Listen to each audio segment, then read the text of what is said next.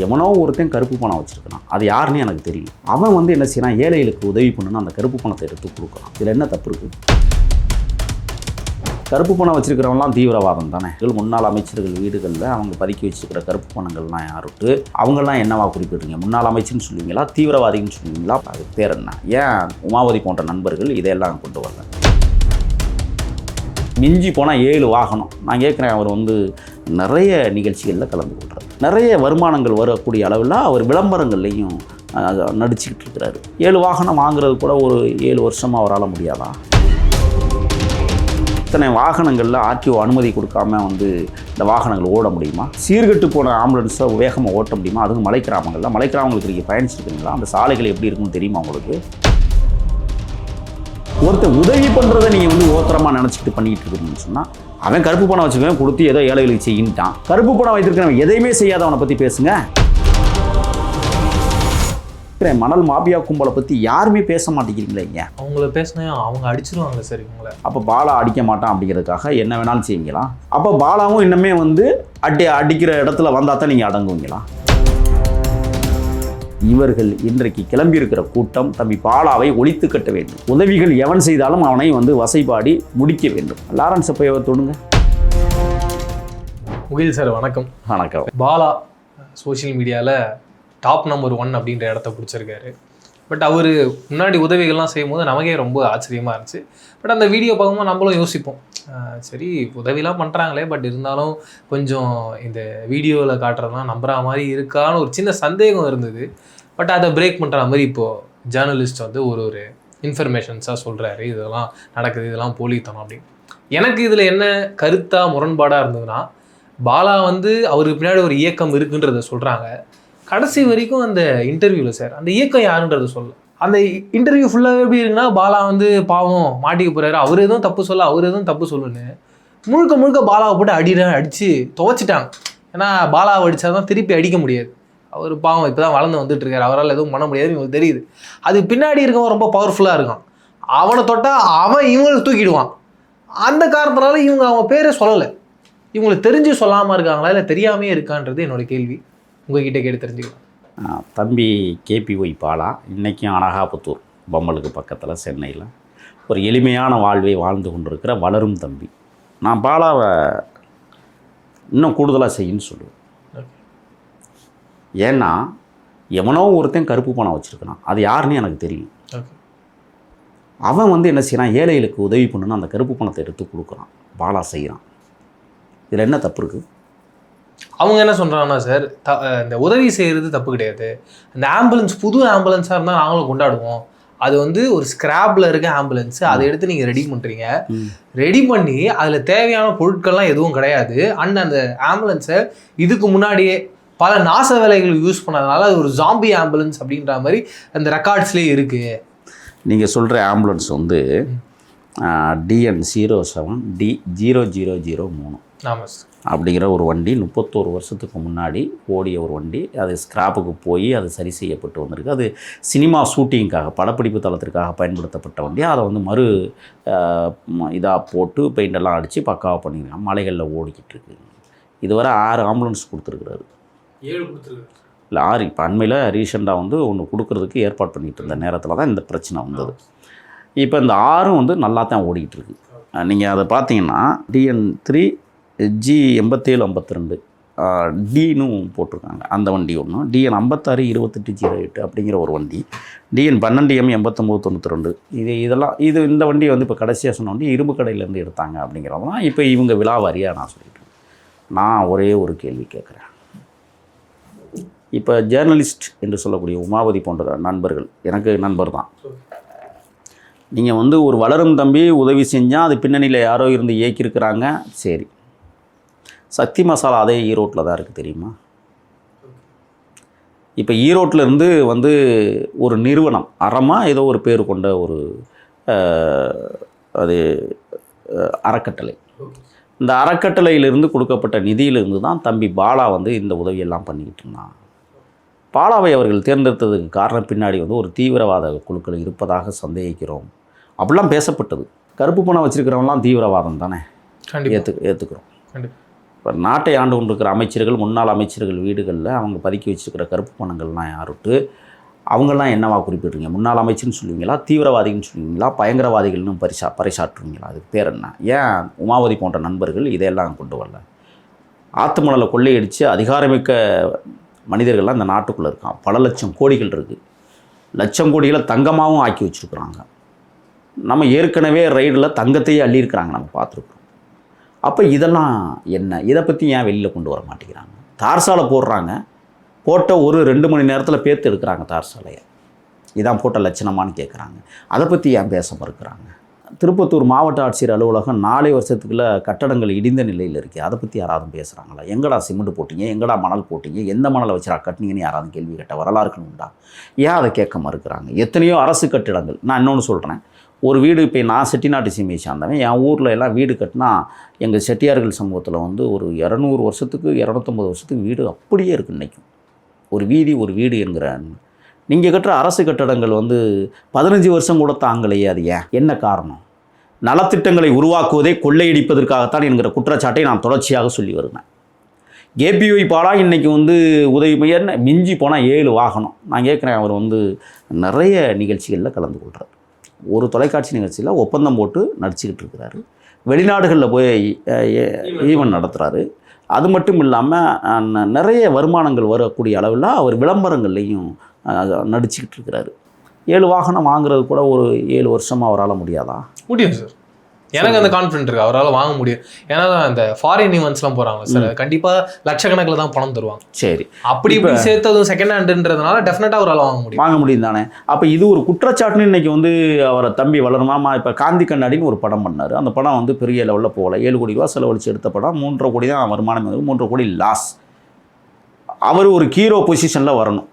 அந்த படம் வெளியில் வரும்போது சிவகார்த்தியனோட ஒப்பிட்டு பேசுகிறாங்க. சிவகார்த்தியனா அவர் வந்து என்னுடைய அண்ணன் அப்படின்ட்டாரு. சிவகார்த்தியனா என்னுடைய தம்பி, அவன் எல்லாருக்கும் உதவி செய்யக்கூடியவன். 2 பேருக்கும் சிண்டு முடிச்சு விடுற வேலை. வளரும் தம்பியை வளர விடாமல் தடுத்து காலி பண்ணுற வேலையை தொடர்ச்சியாக இந்த சமூக ஊடகத்தில் உட்காந்துட்டு பேசிக்கிட்டு ஒருத்தரை வந்து நான் கேட்குறேன், மணல் மாபியா கும்பலை பற்றி யாருமே பேச மாட்டேங்கிறீங்களே? ஏன்? அவங்கள பேசினா அவங்க அடிச்சிருவாங்களே சார் இவங்கள. அப்போ பாலா அடிக்க மாட்டான் அப்படிங்கிறதுக்காக என்ன வேணாலும் செய்வீங்களா? உள்ள பூச்சி அடிக்கிறது தானே சார் ஈஸி. ஏன் சார், முன்னாள் அமைச்சர்கள் எவ்வளவு கோடி ரூபாய் சுத்த கொள்ளையடிச்சு வச்சுக்கிறாங்க. பினாமிக்கு பினாமி எல்லாம் வச்சுருக்காங்களா? அதெல்லாம் பேசுவாங்களா? ஏன் அதெல்லாம் அப்போ நீங்கள் பயந்தாங்குழிகளாக இருந்துக்கிட்டு அப்பாவிகளை வந்து இப்படி அசிங்கப்படுத்தணும்னு நினைக்கிறது எந்த விதத்தில் அது நியாயம்னு நான் கேட்க விரும்புகிறேன். அப்போ பாலாவும் இன்னமே வந்து அடிக்கிற இடத்துல வந்தால் தான் நீங்கள் அடங்குவீங்களா? அப்படி ஒன்று இருக்குல்ல. கண்டிப்பாக. நீங்கள் வெளிநாடுகளில் இருந்து நிதி வருது, இங்கே இருக்கிற உளவுத்துறைக்கு தெரியாமல், இங்கே இருக்கிற ஈடிக்கு தெரியாமல், புலனாய்வுத்துறைக்கு தெரியாமல் வெளிநாடு தெரிஞ்சிருக்கு. இவங்களுக்கு தெரிஞ்சிருக்கு. அது ஆச்சரியம். எப்படி பணம் வரும்? இப்படி ஒரு கேள்வி இருக்குல்ல. சரி, நான் கேட்குறேன், திரள் நிதிங்கிற பேரில் லட்சக்கணக்கில் கோடிக்கணக்கில் அங்கேருந்து அனுப்புறதாக சொல்லப்பட்டது. அதை பற்றி யாராவது வாய் திறந்தீங்களா? ஏன் அதெல்லாம் திறக்கலாம்? அப்போ உங்களுக்கு ஏதோ ஒரு பிரச்சனை இருக்குல்ல. அந்த பிரச்சனையின் ஊடாக இன்றைக்கு பாலாவை நீங்கள் வெளியில் கொண்டு வந்துருங்க. சரி, இவ்வளோ உதவி பண்ணார், என்ன தேர்தலை வந்து நிற்க போகிறாரா பாலா? இல்லை தேர்தலில் நின்னாலும் நீங்கள் ஓட்டு போட்டுருவீங்களா? நல்லவர்களுக்கு நாடு ஓட்டு போடுமா? அப்புறம் நீங்கள் இப்போ இந்த பிரச்சனையை கிளப்பி விட்டீங்க, அவருக்கு மன உளைச்சல், அவர் வழக்கு போடணும்னு நான் நினைக்கிறேன். தம்பி பாலா, தயவு செய்து நீங்கள் வழக்கு போடுங்க இவங்க மேலே எல்லாம். கிளம்பிட்டாங்க எல்லாருமே அவர் மேலே. அப்போ ஒருத்தன் உதவி செய்கிறான், இன்னொரு நிறுவனம் உதவிக்கு காசை கொடுக்குது, அது கருப்பு பணம் வச்சுருக்கிற நிறுவனம்னே வச்சுக்கோங்க. 2 லட்சம் கோடிலாம் இங்கே ட்ரஸ்டி வச்சுட்டு காசை அமுக்கி வச்சுக்கிறானே, எவனுக்கு உதவி பண்ணாமல் அவங்க மேலெல்லாம் நடவடிக்கை எடுக்குமா? சட்ட ரீதியாக அவங்கள இருக்காங்க. அப்போ அவங்க மேலெல்லாம் நீங்கள் பேசுவீங்களா? பேருக்கு ஒரு ட்ரஸ்டிங்கிற பேரில் பல லட்சம் கோடியில் அமுக்கி வச்சுருக்கிற ஆதாரங்களை நான் காட்டவா? இன்றைக்கி ஒரு கட்சி ட்ரஸ்டியில் இருக்கிற பணத்துக்காகவே அப்பனு மகன் அடிச்சுக்கிற கண்கொள்ளா காட்சியை நம்ம பார்க்க முடியுதுல்ல. அப்போ அதெல்லாம் ஏன் நீங்கள் வந்து பேச மாட்டேங்கிறீங்க? ஏன் அவங்க அதான் நீங்கள் சொன்னது மாதிரி அவங்கெல்லாம் அடிப்பாங்க, அப்படி தானே? திருப்பி அடிப்பதற்கு வந்து பாலாக்கிட்ட சக்தி இல்லை அப்படிங்கிறதுக்காக நீங்கள் எதை வேணாலும் பேசுவீங்க, எதை வேணாலும் செய்வீங்களா? முக்கியமாக எந்த அளவுக்கு போனால் நான் என்ன கேட்குறேன்னா, இதே உமாவதி வந்து இப்போ சினிமா படம் எடுக்கிறாரு, அவருக்கு எங்கேருந்து காசு வந்துச்சுன்னு சொல்ல முடியுமா? நான் உங்களுக்கு கேட்குறேன் சார், உங்களுக்கு தெரியுங்களா? எனக்கு தெரியாது. ஏன்னா இந்த புலனாய்வுல நான் போக விரும்பலை. அப்போ ஒவ்வொருத்தரும் ஒவ்வொரு விதமாக ஏதோ பிழைப்பிற்கா வழியை செஞ்சுக்கிட்டு இருக்கிற நேரத்தில் தன் பிழைப்பை விட்டு உதவி செய்கிற இடத்துல பாலா வர்றாருன்னு சொன்னால் அவருக்கு ஏன் அவ்வளோ ஓத்திரம் கொடுக்குறீங்க? அப்போ உங்களுக்கு என்ன இப்போ என்னதான் பிரச்சனை? இப்போ சர்வதேச கைக்கூலி அப்படிங்கிறதெல்லாம் பேசுகிறீங்க. அதுக்கப்புறம் நான் கேட்குறேன், லாரன்ஸு மிகப்பெரிய நடிகர், அவர் எவ்வளவோ உதவிகள் செஞ்சுருக்கிறார்.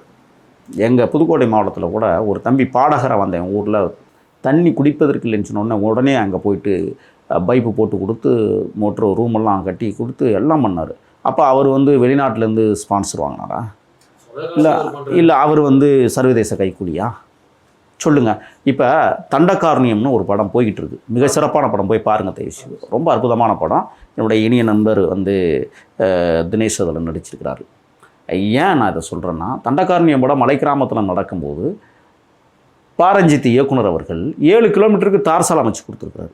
அரசு செய்யாத ஒரு விஷயத்தை பாரஞ்சித் வந்து அங்கே சாலை அமைச்சு கொடுக்குறான்னு சொன்னால் அதை பாராட்டுறதா இழிவாக பேசுகிறதா? பாராட்ட தான் செய்யணும். அப்போ அது வந்து சர்வதேச குற்றவாளி அவர், இல்லை சர்வதேச கைக்கூலியா? என்ன அணுகுமுறையில் அவங்கெல்லாம் பண்ணிக்கிட்டு இருக்கிறாங்க? அப்போ அரசாங்கம் போடுகிற சாலை வந்து சரியாக இல்லை, அதை கண்டுபிடிச்சி கொடுத்தா அதை விசாரிக்கிறதுக்கு இந்த ஜேர்னலிஸ்ட்டுகளுக்கு துப்பு இல்லை. இடிந்து போகிற 4 வருஷத்தில் கட்டடம், அதை எதுக்கு இடிஞ்சிச்சின்னு சொல்லி போய் ஆய்வு பண்ணி அதை வெளியிட்டு மக்கள் மன்றத்தில் கொண்டு போய் சேர்க்கறதுக்கு துப்பு இல்லை. நான் கேட்குறேன், சத்தி மசாலாங்கிற ஈரோடு மாவட்டத்தில் இருக்கிற இந்த இப்போ தம்பி பாலாவுக்கு உதவிய இந்த அறக்கட்டளையும் ஈரோடு தான். அந்த நான் பேர் சொல்ல விரும்பலை, நான் பிறகு சொல்கிறேன். நான் அப்போ அந்த அறக்கட்டளைக்கு பணம் எங்கேருந்து வந்தது அப்படிங்கிற ஒரு விஷயம் இருக்குது. நிச்சயமாக நான் சொல்கிறேன், சத்தி மசாலாங்கிற ஒரு பெரிய நிறுவனம் இருக்குது இந்தியாவில், தமிழ்நாட்டில், ஈரோட்டில் மிகப்பெரிய நிறுவனம். நான் ஒரு பேட்டியில் கூட சொல்லியிருப்பேன், சத்தி மசாலா பொட்டலங்களை வந்து வீரப்பனார் பயன்படுத்தினார் என்பதற்காக நான் பேசின அந்த பேச்சை அந்த முதலாளியே வந்து எடுத்து சொன்னார்.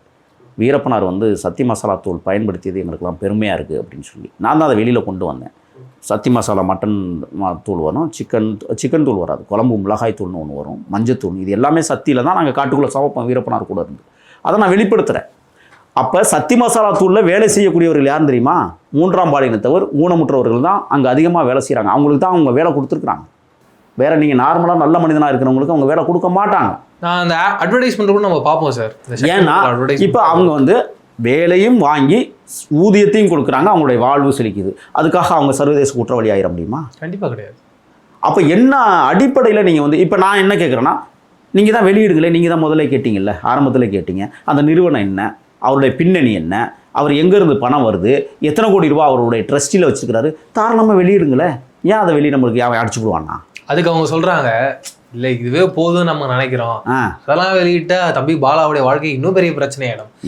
பண்ண அளவு நீ ஏற்கனவே எல்லாம் பண்ணிட்டீங்க, அவர் வாழ்க்கை என்னென்னலாம் நாசம் பண்ணணுமோ, இதுக்கு மேலே என்ன இருக்குன்றதான் என்னோட கேள்வியாக இருக்குது சார். இப்போ செங்கற்பட்டுக்கு பக்கத்தில் ஒரு ஊனமுற்ற தம்பி, அவன் வந்து என்ன செய்யறான்னா, கையில் வந்து 2 செருப்பு மாட்டிட்டு அவன் நடந்து போனான். யதார்த்தமாக பாலா வந்து ஏதோ ஒரு நிகழ்ச்சிக்காக போகிறாரு, அந்த காட்சியை பார்க்குறாரு, கூப்பிட்றாரு, என்னப்பா அப்படி நடந்து போகிறாரு, ஏன் வண்டியெல்லாம் இல்லைன்னு கேட்குறாரு. இல்லை சார், யார் சார் உதவி பண்ணல, நானே ஏழை. அப்படியா, உன் ஃபோன் நம்பரை கொடு. நான் ஃபோனே இல்லைங்க, எங்கே நம்பர்? சரி, யாராவது உங்கள் ஊரில் யாராவது நம்பர் வாங்கி தரமா, உன் ஊர் எது, இங்கே வா, காரில் ஏறுன்னு கூட்டிகிட்டு போகிறேன். போயிட்டு ஊரில் போய் விசாரிக்கிறாரு. அவன் எப்போ நல்ல ஏழ்மையான ஒரு குடும்பத்தை சேர்ந்தவன், தேஞ்ச செருப்பை வச்சு கையில் வச்சு நடந்து போயிட்டுருக்கான், தவந்து. உடனே அவருக்கு வந்து 3 சக்கர வாகனம் 4 சக்கரமாக மாற்றி கொடுக்குறாரு. பின்னாடி வந்து 3 சக்கரம், முன்னாடி 1 சக்கரம், அந்த வாகனத்தை வாங்கி கொடுக்குறான். அவன் தெய்வம்னு கருதுறான் அவரை. அதை இவங்க நோண்டி எடுத்து அதில் நம்பர் பிளேட்டு மாறி இருக்குது. சரி, மாறட்டும், உனக்கு என்ன பிரச்சனை, ஆர்டிஓ என்னத்துக்கு இருக்குது? ஏன் ஆர்டிஓ இதை கருதலை? நான் கேட்குறேன், இப்போ இத்தனை வாகனங்களில் ஆர்டிஓ அனுமதி கொடுக்காம வந்து இந்த வாகனங்கள் ஓட முடியுமா? சரி, சீர்கெட்டு போன ஆம்புலன்ஸை வேகமாக ஓட்ட முடியுமா? அதுவும் மலை கிராமங்களுக்கு நீங்கள் பயணிச்சிருக்கிறீங்களா? அந்த சாலைகள் எப்படி இருக்குன்னு தெரியுமா உங்களுக்கு? சரி, அதை விட்டுருங்க. ஆர்டிஓ வந்து இன்றைக்கி தமிழ்நாட்டில் என்ன நடந்துக்கு தெரியுமா? போலி ஆர்டிஓ நிறுவனங்கள் இருக்குது, போலி பத்திரங்கள் போடுவதற்கு நிறுவனங்கள் இருக்குது. அப்புறம் என்னத்துக்கு இந்த அரசு வேலை செஞ்சுக்கிட்டு இருக்கு? கரெக்டாக கேட்கும் சொல்லுங்கள்.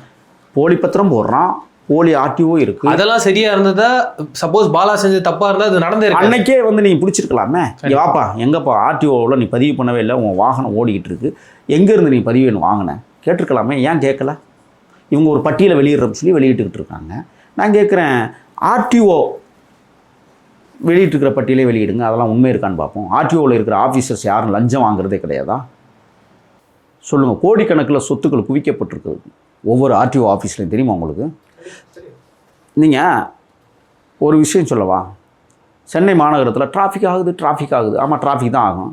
ஒவ்வொரு காவல் நிலையத்திற்கு முன்பாக சாலையை மறித்து 100கணக்கான வாகனங்களை பறிமுதல் பண்ணி செயின் போட்டு கட்டி வச்சுருக்கணும். அப்புறம் டிராஃபிக் ஆகாமல் என்னவாகும் சொல்லுங்கள்? நீங்கள் ஒவ்வொரு காவல் நிலையத்துக்கும் போகும், புத்து வளர்ந்து வண்டிக்கு உள்ளே புத்து வளர்ந்தெல்லாம் நிற்கிது. அந்த வழக்கு முடிஞ்ச பிறகு அந்த வண்டியை கேட்குறான், எப்படி கொடுப்பீங்க நீங்கள்? அரசு நிர்வாகம் சீர்கெட்டு போய் கிடக்குங்கிறத உணர்றீங்களா? அதை பற்றி பேசுங்க ஜேர்னலிஸ்ட்டுகள். ஏன் அதை பற்றி பேசவே மாட்டேங்கிறீங்க? மழை வெள்ளம் வந்துச்சுன்னா வேளச்சேரி தான் முதல்ல பாதிக்கப்படும்னு சொல்லிக்கிட்டு இருக்காங்க. பள்ளிக்கரணை மிக படுபாதாளத்தில் பாதிக்கப்படும், இந்த ஆண்டு கூடுதலான மழை இருக்குங்கிறாங்க. அதை பற்றி பேசுங்க, அரசுக்கு சுட்டி காட்டுங்க. ஒருத்தர் உதவி பண்ணுறதை நீங்கள் ஓத்திரமாக நினச்சிக்கிட்டு பண்ணிக்கிட்டு இருக்கிறீங்கன்னு சொன்னால், அவன் கருப்பு பணம் வச்சுருக்கவன் கொடுத்து ஏதோ ஏழைகளுக்கு செய்யின்ட்டான். கருப்பு பணம் வைத்திருக்கிறவன் எதையுமே செய்யாதவனை பற்றி பேசுங்க. ஏன் பேச மறுக்கிறீங்க அதெல்லாம்? அப்போ உங்களுடைய நோக்கம் என்னவாக இருக்குன்னா, இந்த நாட்டில் யாரும் யாருக்கும் உதவி செய்யக்கூடாது, தெரியாம கூட தவறு நடந்துருக்கும். உதவி அதாவது என்னன்னா, இப்போ இது என்ன தெரியுங்களா, பாலா என்கிற ஒரு நல்ல எண்ணம் படைத்த தம்பி நாட்டு மக்களுக்கு உதவி செய்யணும்னு வந்ததை கெடுப்பதற்கு ஒரு கூட்டம் கிளம்பி இருக்குது.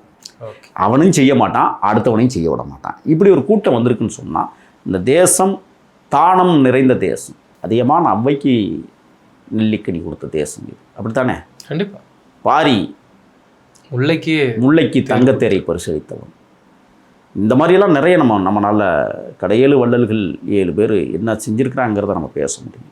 இன்றைக்கி தம்பி பாலா இப்படி ஒரு விஷயத்தை செய்கிறான். யார்ட்டே பணம் வாங்க, நான் கேட்குறேன், பாலாவினுடைய தகுதிக்கு ஒரு ஃபோன் போட்டு ஒரு பணக்காரன்ட்ட, அண்ணே நான் அந்த ஒரு ஆட்டோ வாங்கி கொடுக்கலான்னு நினைக்கிறேன், என்கிட்ட நிதி இல்லை, நீங்கள் கொடுத்தீங்கன்னா நல்லா இருக்குண்ணே. கொடுக்க மாட்டாங்களா? தாராளமாக கொடுப்பாங்க. அப்போ அதுக்கு பேர் என்ன? அப்போ கொடுத்தவனை போய் நோண்டுவியா? நீ உனக்கு எங்கேருந்து வச்சு 1 லட்ச ரூபா 1.5 லட்ச ரூபா உனக்கு எங்கேருந்து வச்சு ஆட்டோ வாங்க நோண்டுவியா? இப்படி எல்லாரையும் நோண்டிடுவீங்களா? நோண்ட முடியுமா? ரயில் ஏறி வந்தவர்கள்லாம் இந்த நாட்டில் ஆண்டு எத்தனை லட்சம் கோடிகளை வைத்திருக்கிறார்கள் என்பதை இந்த ஜேர்னலிஸ்ட்டுகள் பேச வேண்டும் நான் கருதுகிறேன். எப்படி வந்தது இவ்வளவு பெரிய கோடிகள்? ஒரு புள்ளி விவரம் நான் படித்தேன். அண்மையில் 67 தலைமுறைகள் உட்கார்ந்து சாப்பிட்ற அளவுக்கு திமுகவில் பணம் இருக்குங்கிறான். 67 தலைமுறைனா கணக்கு பண்ணிப்பாங்க. 70 வருஷம் வச்சா கூட 70 வருஷம் வச்சா கூட ஒரு மனிதனுக்கு 70 வருஷம் வச்சா கூட 400 யோசிச்சு பாருங்கள். கிட்டத்தட்ட 28 வம்சாவளியினர் சாப்பிடுவதற்கு பணம் இருக்குது. இல்லை, அப்போ என்ன கார் வருதோ அதையும் வாங்குவாங்க. பறக்கிற கார் வாங்குவாங்க, ரோட்டுக்கு மேலே பறக்கும்ல. இன்னும் எதிர்காலத்தில் எப்படி கொண்டு போகிறாங்கன்னா, பாலத்துக்கு மேலே பஸ் போணுச்சுல்ல, பாலத்துக்கு கீழே பஸ் போகும் தொங்கிக்கிட்டே, வவ்வால் மாதிரி. அந்த கண்டுபிடிப்புகள் வருகிற போது கூட அவங்க காரை வாங்குவாங்க. ஆக இதையெல்லாம் யார் பேசுவா? இவர்கள் இன்றைக்கு கிளம்பியிருக்கிற கூட்டம் தம்பி பாலாவை ஒழித்து கட்ட வேண்டும். உதவிகள் எவன் செய்தாலும் அவனை வசைபாடி முடிக்க வேண்டும். லாரன்ஸ் அப்பையாவை தொடுங்க முடியாது. ஏன்? அவருக்கு எவ்வளோ கான்டாக்ட் இருக்குது, எவ்வளோ பெரிய ஹீரோ அவர். அவங்களுக்கு என்ன தெரியுமா பிரச்சனை? லாரன்ஸை வளர்த்து விட்டோம், தேவையில்லாமல் வளர்ந்துட்டான், ஆடுறான், இவனையும் நம்ம வளர்த்து விட்டுறக்கூடாது, இப்போவே முளையிலேயே கிள்ளி எறியணும்னு நினைக்கிறாங்க. பாலாவை யாராலும் தடுக்க முடியாது. தம்பி பாலா தமிழ் தேசியவாதியாக, ஒரு மாபெரும் தலைவனின் தம்பியாக நான் நிற்கிறேன். உனக்கு பாதுகாப்பா, நீ ஜெய், பார்த்துக்கணும். எவன் வர்றான்னு பார்ப்போம். என்ன விளாட்றீங்களாடா தமிழ்நாட்டில்? ஆத்து மணல் கொள்ளையடிச்சவனை கேட்குறதுக்கு உங்களுக்கு துப்பு இல்லை, மலையை சுரண்டி கொளுத்தவனுக்கு பேசுகிறதுக்கு உங்களுக்கு துப்பு இல்லை. ஆனால் தம்பி யார்ட்டே பணம் வாங்கி ஒருத்தன் உதவி செய்கிறான்னா அதை பற்றி மணிக்கணக்கில் பேசுகிறது, உட்காந்துட்டு வாய்கிலேயே ரெக்கார்டை அப்படியே காட்டுறது. ஆர்டிஓ மேலே கேஸை போடுவீங்களா? தம்பு திராணி இருக்கா? நான் கேட்குறேன், அந்த செங்கற்பட்டு தம்பி வாங்கின அந்த செங்கற்பட்டில் போய் ஆர்டிஓ மேலே கேஸ் போடுங்க. பெருந்துறையில் ஆர்டிஓ ஆஃபீஸில் அந்த ஆம்புலன்ஸ் போலி நம்பர்னு சொன்னீங்கல்ல, போலி நம்பரை உலாவ விட்ட போக்குவரத்து துறையை வழக்கு போடணும். அந்த போலி நம்பரோட கொடுத்த ஆர்டிஓ ஆஃபீஸ் மேலே வழக்கு போடணும். இது எல்லாத்துக்கும் தலைமை தாங்கிற மாவட்ட ஆட்சித்தலைவர் மீது வழக்கு போடணும். போடுங்க, துப்பு இருந்தா. சிஸ்டமே டேமேஜ் ஆயிருக்கு. அப்புறம் போட ஆரம்பிச்சா செயின் மாதிரி எங்கேயே போகும்ல, ஜெயில் பத்தாது. அப்போ நீங்கள் யாரையும் முடக்க நினைக்கிறீர்கள். இந்த முடக்க நினைப்பதெல்லாம் ஒரு நாளும் முடியாது. தம்பி பாலா எழுந்து வருவான். தம்பி, நீ எங்கேயும் ஓடி ஒழியாது. உன்னுடைய கலப்பணியை நீ செய்து கொண்டே இரு. நீ யார்கிட்ட வேணாலும் காசு வாங்கி உதவி செய், தப்பே கிடையாது. இருக்கிறவன்ட்ட வாங்கி இல்லாதவனுக்கு கொடுக்கறது தான் நம்மளுடைய மரபு. கண்டிப்பாக அதை பாலா செய்து கொண்டிருக்கிறார். நீண்ட காலம் பாலா இந்த உதவியை செய்ய வேண்டும், எளியவர்கள் வாழ வேண்டும் என்பதுதான் என்னுடைய நோக்கம். கண்டிப்பாக சார். கடைசி கேள்வி சார், அவங்க ஓவராலாக எந்த பாயிண்ட்டை ரொம்ப ஸ்ட்ராங்காக வைக்கிறாங்கன்னா, நேபாளில் இப்போ ஒரு ஆட்சி மாற்றம் நிகழ்ந்துச்சு, அந்த கேரக்டரை வச்சு பாலாவை எடுத்துகிட்டு அங்கே பிளேஸ் பண்ணி அப்படி ஒரு நிகழ்வை வருங்காலத்தில் அவரால் நிகழ்த்த முடியும். அதன் காரணமாக இப்போயே அதை முடிச்சிடணும், வளரவே கூடாது, வளர்ந்ததுக்கப்புறமா நீ அப்படி ஒன்று பண்ணுவேன், நீ வளர்ந்தா தானே அப்படின்னு இப்போயே அதை முடிக்கிறோம் அப்படின்றத சொல்கிறாங்க. நீங்கள் அதை எப்படி சார் பார்க்குறீங்க? நேபாளங்கிறது ஒரு குட்டி நாடு, சின்ன நாடு. தாங்கள் அங்கே நடைபெற்ற அந்த சமூக ஊடகங்களை முடக்கினாங்க, எல்லாத்தையும் முடக்கி பார்த்தாங்க, மக்கள் எழுச்சி வந்துருச்சு. இந்தியாவுக்கு பாலா வழிகாட்டி என்றால், ஒரு தமிழன் வழிகாட்டி என்றால் நான் வரவேற்க தயாராக இருக்கிறேன். ஏன்னா ஒரு சின்ன பையன் இவ்வளவு பெரிய இந்தியாவை முடக்குவதற்கு அவன் ஆளுமையோடு புறப்பட்டு வருகிறான் என்றால், கேரளாவில் வேடன்னு ஒரு தம்பி எவ்வளவு வேகமாக புறப்பட்டு வெளியில் வந்திருக்கிறாங்கிறத உங்களுக்கு நான் சொல்ல கடமைப்பட்டிருக்கிறேன். தமிழ்நாட்டிற்கு ஒரு பாலா வருகிறான் என்றால் அவனும் வேடனாக நான் பார்க்கிறேன். கிளப்புங்க, பார்த்துக்கும். சூப்பர் சார், பயங்கர இன்ட்ரெஸ்டிங்காக இருக்குது. மீண்டும் சந்திப்போம். நன்றி. நன்றி.